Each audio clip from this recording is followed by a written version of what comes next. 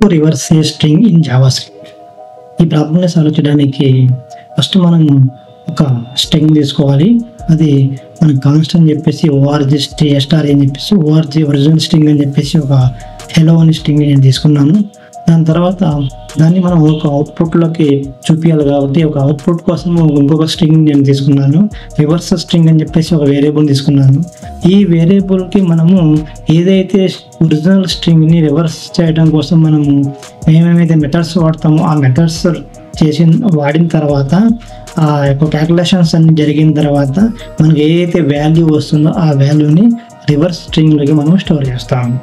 ఒక స్ట్రింగ్ని మనం రివర్స్ చేయాలంటే ముఖ్యంగా మనము 3 మెథడ్స్ని వాడాల్సి ఉంటుంది. ఒకటి స్ప్లిట్ మెథడ్, రెండవది రివర్స్ మెథడ్, మూడవది జాయిన్ మెథడ్. ఫస్ట్ ఏం చేస్తామంటే ఆ ఒరిజినల్ స్ట్రింగ్ ఏదైతే ఉందో దాన్ని తీసుకొచ్చి ఒరిజినల్ స్ట్రింగ్ డాట్ స్ప్లిట్ అని చెప్పి ఒక మెథడ్ రాస్తాము. దానికి వచ్చిన దానికి మళ్ళీ డాట్ రివర్స్ అని చెప్పేసి ఇంకో మెథడ్ అప్లై చేస్తాము.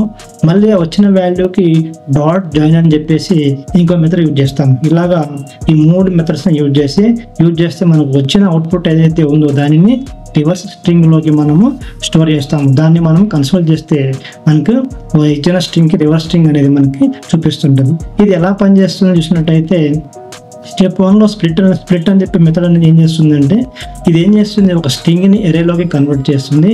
దాన్ని ఎరేని కన్వర్ట్ చేసి దాన్ని ఏం చేస్తుందంటే ఎరేలోని ఎలిమెంట్స్ అన్నింటినీ కూడా డివైడ్ చేసి ఇస్తుంది అనమాట. నెక్స్ట్ స్టెప్లో రివర్స్ అనే మెథడ్ వాడతాము. ఇది ఏం చేస్తుందంటే ఏదైతే ఎరేలోని ఎలిమెంట్స్ని డివైడ్ చేస్తుందో దాన్ని ఏం చేస్తుందంటే ఎరేలోని ఎలిమెంట్స్ని ఇది రివర్స్ చేస్తుంది. రివర్స్ చేసిన తర్వాత మనం స్టెప్ 3లో జాయిన్ అనే మెథడ్ని వాడతాము. ఇదేం చేస్తుందంటే ఏదైతే ఎరే ఉందో డివైడ్ చేయబడిన ఎరే ఏదైతే ఉందో ఎలిమెంట్స్ దాన్నింటిని కూడా ఆ ఎరేని మళ్ళీ ఏం చేస్తుందంటే స్ట్రింగ్లో కన్వర్ట్ చేస్తుంది.